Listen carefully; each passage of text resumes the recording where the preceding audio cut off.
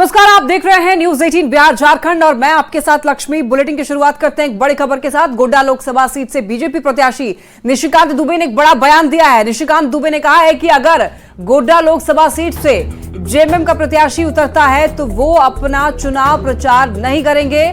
साथ ही ये भी कहा है कि अगर कांग्रेस से प्रदीप यादव मैदान में उतरते हैं तो भी वो अपना चुनाव प्रचार नहीं करेंगे। निशिकांत दुबे ने कहा है कि वो नामांकन के लिए गोड्डा जाएंगे और उसके बाद देवघर में बैठकर कहीं चाय पिएंगे तो कहीं क्रिकेट खेलते हुए नजर आएंगे और केवल रिजल्ट लेने के लिए ही गोड्डा जाएंगे।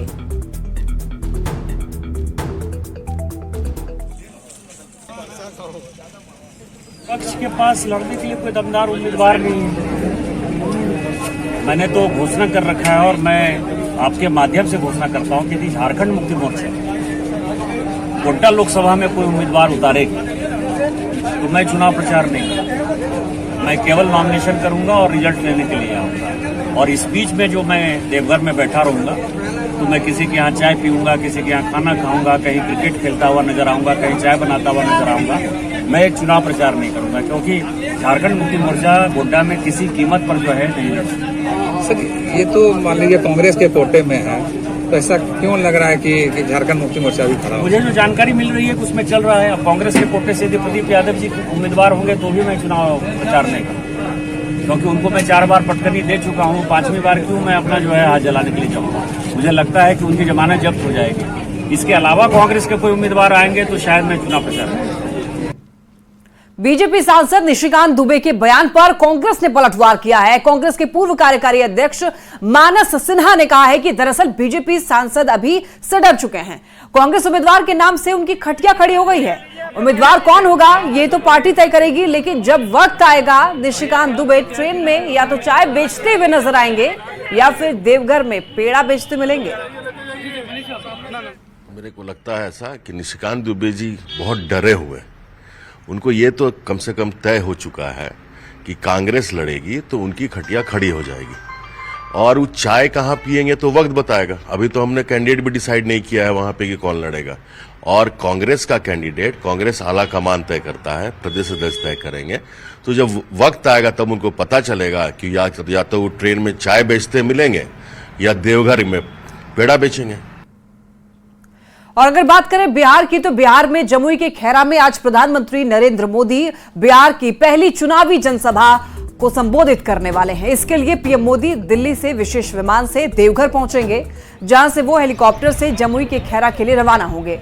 खैरा में जनसभा को संबोधित करने के बाद पीएम फिर देवघर एयरपोर्ट पहुंचेंगे और 1:40 पर विशेष विमान से ही दिल्ली के लिए रवाना हो जाएंगे। तो पीएम मोदी के विमान के लैंडिंग और टेक ऑफ के लिए देवघर एयरपोर्ट पर सुरक्षा के कड़े इंतजाम किए गए हैं। अधिक जानकारी दे रहे हैं देवघर संवाददाता मनीष दुबे।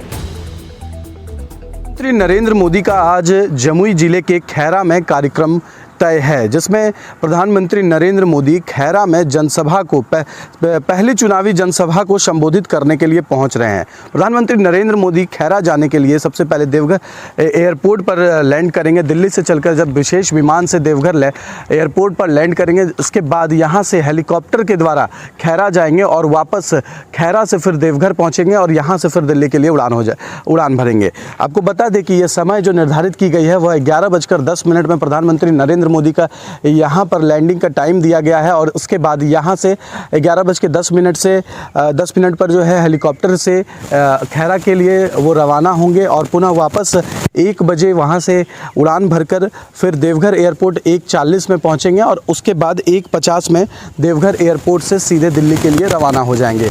देवघर में सुरक्षा व्यवस्था की बात करें तो चारों तरफ चाक चौबंद सुरक्षा व्यवस्था लगाई गई है। सभी चौक चौराहों पर पुलिस पदाधिकारी, पुलिस मजिस्ट्रेट की प्रतिनियुक्ति भी की गई है। इसके साथ साथ देवघर एयरपोर्ट पर चहलकदमी भी दिख रही है। 4 हेलीकॉप्टर्स भी यहाँ पर अभी मौजूद हैं।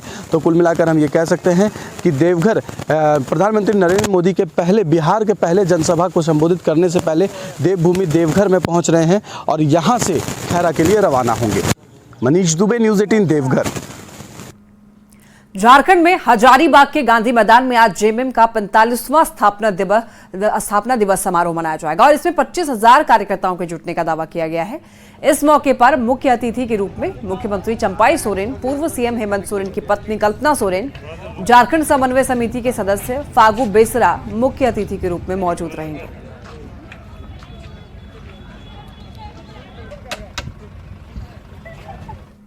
गिरिडीह में जेएमएम ऑफिस में कोडरमा से इंडिया अलायंस के प्रत्याशी भाकपा माले की विनोद सिंह और गिरिडीह से जेएमएम के मथुरा प्रसाद महतो पहुंचे। इस दौरान दोनों नेताओं ने कार्यकर्ताओं और स्थानीय नेताओं से बातचीत की, साथ ही लोकसभा चुनाव की रणनीति पर मंथन भी किया। विनोद सिंह ने बीजेपी पर भय की राजनीति करने का आरोप लगाया है, तो वहीं मथुरा महतो ने चुनाव को अहम बताया है और उन्होंने 1 से 2 दिन में ही बची सीटों पर प्रत्याशियों के ऐलान का दावा किया है। जैसे महागठबंधन में केवल एक दल का है नहीं, और जिस तरह से जिस रूप से हम लोग सामने देख रहे हैं कि झारखंड में जो परिस्थिति चेंज हो रहा है, बदली हो रहा है, उसको लेकर बहुत जल्द इंडिया गठबंधन अपने पूरे महागठबंधन का बहुत जल्द मतलब 4 से 5 तारीख तक इसका निराकरण हो जाएगा और सभी सीटों पर उम्मीदवार आ जाएंगे। जब हमले होते हैं, जब तानाशाही चलती है, तो फिर जनता में डर खत्म हो जाता है। और अब भ्रष्टाचार की बात अगर कोई इक्का दुक्का होती है, आज पूरे देश के सामने साफ है कि जो भारतीय जनता पार्टी के साथ हैं वो भ्रष्टाचार मुक्त हैं, जो भाजपा के साथ नहीं है वही ईडी और सीबीआई की नजरों में भ्रष्टाचारी युक्त है। चुनावी शंखनाद के साथ झारखंड की राजनीति में आया राम गया राम का दौर अब तेज हो गया है। चुनावी सफर में दूसरे दल को छोड़कर नए दल का राजनीतिक चोला पहनने वाले नेता की बाढ़ आ गई है। बात चाहे एनडीए की हो या फिर इंडिया अलायंस की, सभी दलों में अब तक कई ऐसे नेताओं को लोकसभा का टिकट मिल चुका है और कुछ टिकट लेने के लिए दल बदलने को तैयार भी नेता बैठे हुए हैं।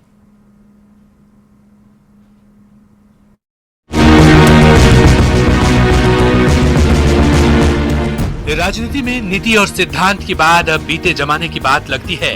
अब तो पलक झपकते ही सत्ता बदल जाती है। कब कौन किस दल में चला जाए ये कहना मुश्किल है। खासकर चुनावी मौसम में आया राम गया राम के किस्से तो हर किसी की जुबान पर सुनने को मिल जाएंगे। झारखंड में भी लोकसभा चुनाव को लेकर पाला बदलने और राजनीति का नया चोला पहनने का दौर चल रहा है। कुछ टिकट की दौड़ में सफल भी हो गए हैं तो कुछ दौड़ में अब भी शामिल हैं। सिंह भूमि से कांग्रेस सांसद गीता कोड़ा, नया ठिकाना बीजेपी। जामा से जेएमएम विधायक सीता सोरेन, नया ठिकाना बीजेपी, दुमका सीट से उम्मीदवार। मांडू से बीजेपी विधायक जेपी भाई पटेल, नया ठिकाना कांग्रेस, हजारीबाग से उम्मीदवार। ये तो हुए पाला बदलने के बाद टिकट पाने में सफल उम्मीदवार। अब जरा वैसे नाम पर भी गौर फरमाइएगा जिन्होंने या तो पाला बदल लिया है या वेटिंग लिस्ट में है। रांची से 5 बार के सांसद राम टहल चौधरी ने कांग्रेस का दामन थामा। चतरा सीट के लिए राजद में घर वापसी करने वाले गिरिनाथ सिंह बीजेपी के राज परिवार का नाम भी कई दिनों से चुनावी चर्चा में है। बीजेपी के पूर्व सांसद रविंद्र पांडे भी धनबाद से चुनाव लड़ने को इच्छुक हैं। पलामू से प्रभात भुइयां के भी कांग्रेस में शामिल होने की चर्चा है। हैरान करने वाली बात यह है कि बीजेपी और कांग्रेस जैसे राष्ट्रीय दल को भी आया राम गया राम वाले नेताओं से परहेज नहीं है। बीजेपी के अनुसार हर बार जैसे बारिश में मेढक बाहर आ जाते हैं, ठीक उसी तरह बगैर जनाधार अवसरवादी विचारधारा विहीन नेता चुनावी मौसम में भापना जानते हैं। कांग्रेस मानती है कि अगर चुनाव में जीत चाहिए, अगर सदन में संख्या चाहिए, तो चुनावी मैदान में जीतने वाले नेताओं को मौका देना चाहिए, भले ही वो दूसरे दल से आने वाले नेता क्यों न हो। जब बारिश होता है तो मेढक अपने मान से बाहर आ जाता है, ठीक है। तो राजनीति में जब चुनाव का मौसम आता है तो उस समय स्वाभाविक रूप से वैसे नेता जिनका अपना कोई जनाधार नहीं है, एक दूसरा वैसे नेता जो अवसरों की तलाश करते रहते हैं कि इन अवसरों पर अगर हम किसी ऐसे पार्टी में चले जाएं जहां उन्हें लाभ हो, तो उस अवसर का वो फायदा लेना चाहते हैं। ये चुनाव की परिस्थितियां अलग होती है और स्वाभाविक तौर पे कोई भी राजनीतिक दल चुनाव इसलिए लड़ता है कि सदन में उसकी संख्या हो। अगर कोई मजबूत व्यक्ति हमारे दल में आता है तो स्वाभाविक तौर पे दल उसका स्वागत करता है। शायद इसी को राजनीति कहते हैं, जो समय के साथ भी बदलती है और अपने फायदे नुकसान के हिसाब से भी बदलती है। हाँ, ये बात जरूर है कि मौका परस्त ऐसे नेताओं की वजह से जनता को नुकसान उठाना पड़ता है, क्योंकि वो कभी इस नेता से ठगे जाते हैं तो कभी उस नेता से। रांची से न्यूज 18 के लिए अविनाश कुमार की रिपोर्ट।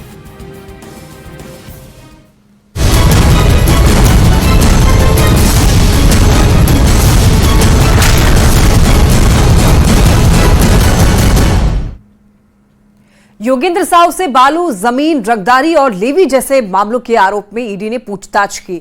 अब इसी को लेकर ईडी पूछताछ और साक्ष्यों का संकलन कर उनकी कड़ियों को जोड़ने का काम कर रही है। पूरे मामले पर ईडी ने बुधवार को जहां योगेंद्र साव और उनके भाई धीरेन्द्र साव से ईडी के अधिकारियों ने पूछताछ की, तो वहीं आज पूछताछ के इस फहरिस्त में योगेंद्र साव और माना प्रसाद को बुलाया गया। हालांकि अंबा प्रसाद ने मेडिकल ग्राउंड का हवाला देते हुए समय की मांग की है।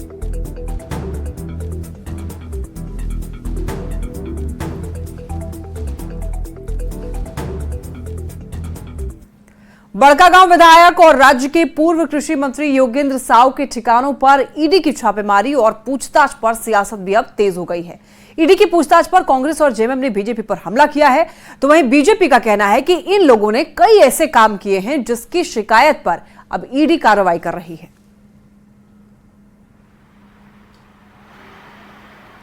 कि ठीक चुनाव के वक्त आपने देखा होगा संवैधानिक एजेंसियां ज्यादा एक्टिव हो जाती हैं। उसके पीछे क्या निहित स्वार्थ आप समझ सकते हैं। जो गठबंधन, जो केंद्र की सरकार है, उनके मंसूबे स्पष्ट रूप से सामने दिखते हैं। राजनीतिक जनाधार पूरी तरह से खत्म हो चुका है भारतीय जनता पार्टी का। उनको सामने हार दिख रहा है, इसलिए इस तरह की कवायद की जाती है। कोई नई बात नहीं है। 2014 के बाद से इस देश में 95% विपक्ष के नेताओं के ऊपर ईडी का हमला हुआ है, भारतीय जनता पार्टी के द्वारा करवाया गया है। जिस तरीके से मीडिया में खबरें आई थी कि बालू के रैकेट के बारे में बहुत सारा डिटेल मिला, जिस दिन अंबा प्रसाद और उनके सहयोगियों के यहाँ ठिकाना में छापा पड़ा था, और जिस तरह की बातें हुई थी ज़मीन के बाउंड्री कराने की, हजारीबाग के एक बेशकीमती भूखंड की, ये तमाम चीज़ें अभी ईडी के सर्वेलेंस पे है। और एक बहुत बड़ा बताया जाता है उस क्षेत्र में रैकेट चलता है, जिसको कहीं ना कहीं अंबा प्रसाद जी के पिताजी और इनका कहीं ना कहीं संरक्षण प्राप्त होता है। तो बहरहाल अब हाथ कंगन को आरसी क्या, ईडी जांच कर ही रही है और ये सारा कुछ सामने आ जाएगा। जामताड़ा में वाहन जांच के दौरान गाड़ी से भारी मात्रा में कैश जब्त किया गया। महेश मुंडा के अंतर्राज्यीय चेकपोस्ट में नाला थाना पुलिस ने एक गाड़ी से 6,40,000 रुपए बरामद किए। गाड़ी में 4 लोग सवार थे। वहीं ड्राइवर के मुताबिक लोगों ने गाड़ी को किराए पर लिया हुआ था और राजगंज से आसनसोल ले जाया जा रहा था। इससे पहले कल कुंडहित में खुदमलिका चेक पोस्ट पर 6,67,000 रुपए बाइक की डिग्गी से जब्त किए गए थे। बता दें कि 2 दिन में यहां से करीब 13 लाख रुपए जब्त किए गए हैं।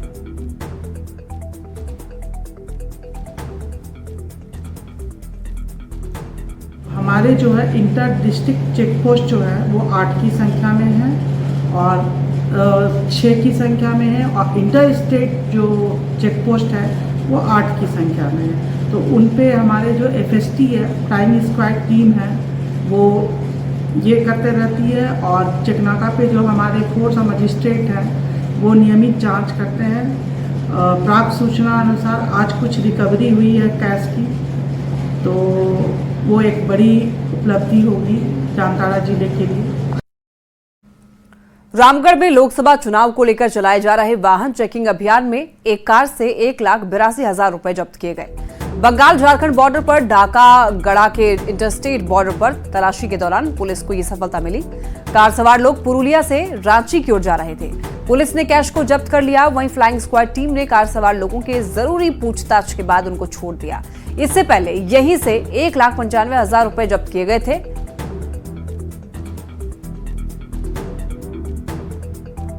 कार से 1,82,000 कैश जब्त किए गए हैं। पुरुलिया से रांची आ रही थी कार।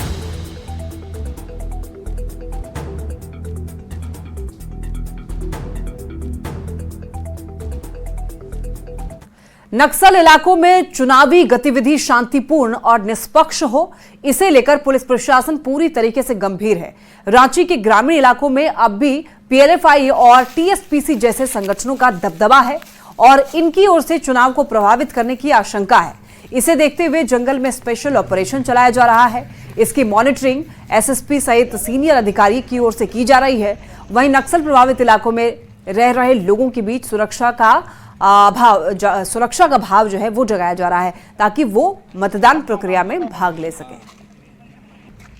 पुराने समय में जो रांची ग्रामीण इलाका था ट्रेडिशनली उग्रवाद प्रभावित था, तो ये हम लोग की जिम्मेवारी है कि लोगों में यह मन में भय जो भूतकाल की छाया है वो लोगों के मन में न रहे। अभी तो कोई नक्सल प्रभाव नहीं है जो हम लोग को जानकारी है, लेकिन फिर भी भूतकाल की छाया लोगों के मन में न रहे। तो फोर्सेस का मूवमेंट लोगों को कॉन्फिडेंस बिल्डिंग का काम करता है और लोग काफ़ी हिम्मती महसूस करते हैं जब पुलिस बल का मूवमेंट देखते हैं। तो उस एंगल से हम लोग एरिया डोमिनेशन कर रहे हैं, आम जनता से बातचीत भी कर रहे हैं कि क्या उन्हें किसी तरह का भय है।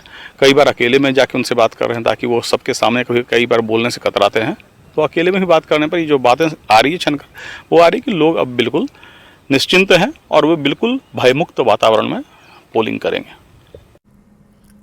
गोड्डा में बाइक की ठोकर से एक बुजुर्ग की मौत हो गई। इससे नाराज लोगों बाइक सवार को बंधक बना लिया। वहीं मौके पर पहुंची पुलिस जब आरोपी को अपने साथ ले जाने लगी तो नाराज लोगों ने पुलिस को घेर लिया और बड़े अधिकारी को मौके पर बुलाने की मांग करने लगे। ये घटना पथरगामा थाना क्षेत्र के इलावाई की है, जहां पर आरोप है कि शराब के नशे में बाइक सवार युवक ने सड़क किनारे जा रहे बुजुर्ग को ठोककर मार दिया। लोग मुआवजे की मांग कर रहे थे। वहीं घंटों मशक्कत के बाद पुलिस आरोपी को छुड़ाकर थाने ले गई। जा रहा था, यह लोग दारू पी करके जी 3 आदमी एक गाड़ी पर लोडिंग लेकर के, जिसका गाड़ी था वो पीछे में था जी, और अनभाई ड्राइवर लेकर जा रहा था, वो मार दिया उसका धक्का। को कोई मांग नहीं है, वो आएगा, वो तो इंतकाल हो गया जी, ठीक, वो आएगा, डीएम साहब आएगा, जो कहेगा मेरा पंचायत का मुखिया साहब है जी, ठीक है जी, जो उचित होगा वही होगा। खबर गोड्डा से है, जहां पर महागामा में एक दिल दहला देने वाली घटना सामने आई। यहां पर एक पिता ने पत्नी से हुए विवाद के बाद 6 महीने के बेटे को जमीन पर पटक दिया, जिससे उस बच्चे की मौत हो गई। हंदवाड़ा थाना क्षेत्र के नरोत्तमपुर गांव की यह घटना है। इस मामले की जानकारी मिलने पर पुलिस ने आरोपी पिता को गिरफ्तार किया है। पत्नी के मुताबिक सोमवार की शाम ही उसके पति पंकज मंडल ने घर जाने से इनकार करने पर बच्चे को जमीन पर पटक दिया, जिससे उसकी मौत हो गई। हत्या के बाद भागने के दौरान उसे लोगों ने पकड़ा और पुलिस के हवाले कर दिया। साथ ही आरोपी पर कड़ी कार्रवाई की मांग भी की है। घटना घटले में कल के घर जल मारी मारी भगाइले में पिंदा भगल के चमदम ना आइले वहां बच्चा को भटकेले मारने वहां काटे काटे ओ करेले। अपना पतिर की नाम बोले? पंकज मंडल। दारू पियल की? हाँ, दारू पियले, दारू शराब सब पियले। घर का नाम होती पड़ेगी। ये पति पत्नी का विवाद था जी, जिसमें पति अपना ससुराल आया था हमारे ये गाँव में जी जी जी, और दोनों के बीच में विवाद बढ़ा और गुस्से में आके पत्नी के हाथ से बच्चा को लेकर नीचे पटक दिया। बच्चा 6 महीने का बच्चा है जी, जिससे उसकी मृत्यु हो गई। अभी उनके पति? हाँ, उसको हम लोग गिरफ्तार कर लिए हैं। गिरिडीह में वन विभाग की टीम ने बड़ी कार्रवाई की है। गावा प्रखंड के लेरियाटांड गांव में हिरण की हत्या पर उसका मांस बेचा जा रहा था। इसकी सूचना ग्रामीणों ने वन विभाग को दी, जिसके बाद विभाग ने त्वरित कार्रवाई करते हुए 2 लोगों को गिरफ्तार किया और जेल भेज दिया है। तो वहीं मौके से करीब 50 किलो हिरण का मांस बरामद किया गया है। हिरण की पूंछ, पैर और सिर भी मौके से जब्त किए गए हैं। गिरफ्तार आरोपी की पहचान कारू राय और ब्रह्मदेव तुरी के रूप में की गई है। हम लोगों ने घटनास्थल पर लगभग 40 से 45 केजी हिरण का मांस और उसका छाल को टुकड़ा किया हुआ लगभग 4 से 5 केजी होगा उसको, और एक हिरण के पूंछ और हिरण का कान, हिरण का क्षतिग्रस्त किया हुआ माथा, इसको जब्त किए। साथ ही हम लोगों ने घटनास्थल से हिरण को टुकड़ा टुकड़ा करने में प्रयुक्त औजार को भी जब्त किया एवं वहां से एक तराजू को भी जब्त किया। गिरिडीह से एक बड़ी खबर सामने आ रही है। आपको बता दें कि बस से 1 करोड़ कैश जब्त किए गए हैं। लोकसभा चुनाव को लेकर के छापेमारी अभियान पुलिस की तरफ से तेज कर दी गई है और इसी दरमियान गिरिडीह में बस से 1 करोड़ कैश जब्त किया गया है। बताते चले आपको कैश के साथ में 3 व्यक्ति भी हिरासत में है पुलिस के। कोलकाता जा रही बस से कैश जब्त किया गया है और पैसे के गलत इस्तेमाल पर पुलिस अलर्ट मोड पर दिख रही है। ज्यादा जानकारी देंगे संवाददाता एजाज अहमद हमारे साथ जुड़ रहे हैं। एजाज, गिरिडीह में एक गाड़ी से 1 करोड़ कैश जब्त किया गया है, पूरी जानकारी दीजिए। ये जो बस है वो महारानी बस बताया जा रहा है, जो बिहार के गया से कोलकाता जा रही थी और ये बगोदर थाना जो गिरिडीह जिला के अंतर्गत पड़ता है, बगोदर थाना के औरा से नेशनल हाईवे पर पैसे को जब्त किया गया है महारानी बस से। क्योंकि बता दें कि इस मामले की गुप्त सूचना गिरिडीह एसपी दीपक कुमार शर्मा को मिली थी कि चुनाव में कहीं ना कहीं चुनाव को बाधित करने के लिए इतने रकम की ट्रांसपोर्टेशन की जा रही है।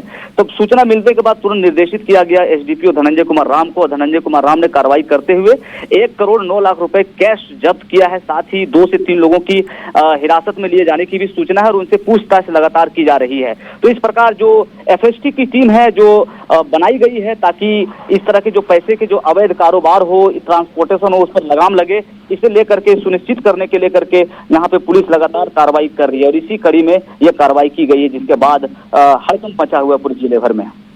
ठीक है एजाज, बहुत धन्यवाद आपका तमाम जानकारियों के लिए। सिमडेगा में सदर अस्पताल घंटों अंधकार में डूबा रहा, जिसकी वजह से मरीज गर्मी से तड़पते रहे। दरअसल बिजली को पोल में अज्ञात गाड़ी ने टक्कर मार दी, बिजली के पोल में। और आपको बता दें कि जैसे कि बिजली का पोल जो है वो गिर गया और पूरे शहर में पावर कट हो गया। बिजली कटने के कई घंटे के बाद तक अस्पताल प्रबंधन की ओर से जनरेटर नहीं चलाया गया, जिससे पूरा अस्पताल भी अंधेरे में डूबा रहा और मरीज खामियाजा भुगतते रहे। वहीं सड़क किनारे गिरे बिजली पोल की वजह से बिजली का तार मेन रोड पर गिर गया, जिससे सदर अस्पताल का गेट भी ब्लॉक हो गया। तो वहीं सड़क पर भी आने जाने में लोगों को परेशानी हुई।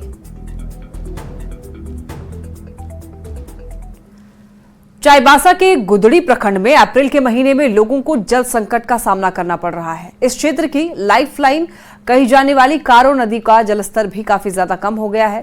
क्षेत्र के चापाकलों में भी जलस्तर नीचे चले जाने से पानी कम निकल रहा है। आने वाले दिनों में इस क्षेत्र में जल संकट की समस्या और ज्यादा बढ़ सकती है। मौके से अधिक जानकारी दे रहे हैं न्यूज 18 संवाददाता रूपेश प्रधान। मैं अभी पश्चिमी सिंहभूम जिले के सबसे सुदूर प्रखंड गुदड़ी प्रखंड क्षेत्र में मौजूद हूं और अभी अप्रैल का महीना जब शुरू हो चुका है, तापमान भी काफी अधिक बढ़ने लगा है। 35 डिग्री से ऊपर यहाँ का तापमान चल रहा है और क्षेत्र के जो जलस्तर हैं उसमें पानी भी कम होते जा रहा है। यहाँ की जो प्रमुख नदी है, जो इस क्षेत्र की जीवनदायिनी कहा जाता है, उस क्षेत्र में अभी मैं मौजूद हूँ। ये कारो नदी है और यहाँ आप देख रहे हैं इसका जलस्तर भी धीरे धीरे कम होते जा रहा है। और अभी अप्रैल का महीना है और आगे 1-2 महीना जो गर्मी का मौसम है, इसमें इस नदी में पानी और कम हो जाएगा, जिससे इस नदी को इस क्षेत्र का जीवनदायिनी कहा जाता है और लोगों को इससे समस्या होगी। पहला गर्मी में ही इस तरह का पानी का जो संकट यहाँ है काफी कम हो चुका है यहाँ पानी, और आने वाला जो 2 महीना गर्मी है जिसमें इस नदी का पानी जो है काफी घट जाएगा, जिससे क्षेत्र के लोगों को काफी परेशानी है। यहाँ मवेशियों को भी पानी पीने के लिए काफी दिक्कत होगी। ये वाला नदी से ही लेना पड़ता है, क्या कि सूखे रहता है, फिर भी पानी जो चापाकल का पानी वो सूख जाता है, पानी नीचे चला जाता है, तो फिर भी वही यहीं से लेना पड़ता है। तो जो गंदा पानी सब है पीना पड़ता है। अभी गांव सब में क्या स्थिति है पानी? अभी गांव सब में थोड़ा बहुत ठीक है, 1-2 महीना में पानी घट जाता है, पूरा आगे समस्या हो जाता है। तो आगे वाले जो गर्मी के और 1-2 महीना आगे हैं बचे हुए हैं, उसमें लोगों को जल संकट का सामना करना पड़ेगा। तो लोगों का यही मांग है कि जो संबंधित विभाग है उसको गंभीरता से काम करना चाहिए और जहां चापाकल की स्थिति खराब हो रही है, जलस्तर नीचे चला जा रहा है, चापाकल नहीं पानी नहीं निकल रहा है, तो उसको ठीक करने का प्रयास करना चाहिए। रूपेश प्रधान, न्यूज 18, चाईबासा। लातेहार में सीसीएल कर्मचारी और उसके 2 बच्चों का शव मिलने से हड़कंप मचा हुआ है। तीनों के शव को रस्सी से बांध करके बाइक के साथ तालाब में फेंका गया था। तीनों शवों को बाहर निकाल लिया गया है। शवों की शिनाख्त 30 वर्षीय सीसीएल कर्मचारी विनोद उरांव, 12 वर्षीय अंकित उरांव और 7 वर्षीय प्रिया कुमारी के रूप में हुई है। कहा जा रहा है कि विनोद उरांव दोनों बच्चों का एडमिशन कराने मैकुलस्कीगंज के डॉन बॉस्को स्कूल गए हुए थे, पर 2 दिन तक घर नहीं लौटे, तो परिजनों ने उनकी तलाश शुरू की। इस बीच तिलैया टांड के पास तालाब के किनारे उनका हेलमेट मिला। जब तालाब की तलाशी ली गई तो तीनों शव तालाब से निकाले गए। ये घटना हादसा है या फिर इसके पीछे कोई साजिश, इसका अब तक पता नहीं चल पाया है। परिजनों ने पुलिस से इंसाफ की गुहार लगाई है। हाँ घिस आया होगा तो टूट गया होगा। यहाँ रुकेंगे एक छोटे से ब्रेक के लिए, जल्द लौटेंगे।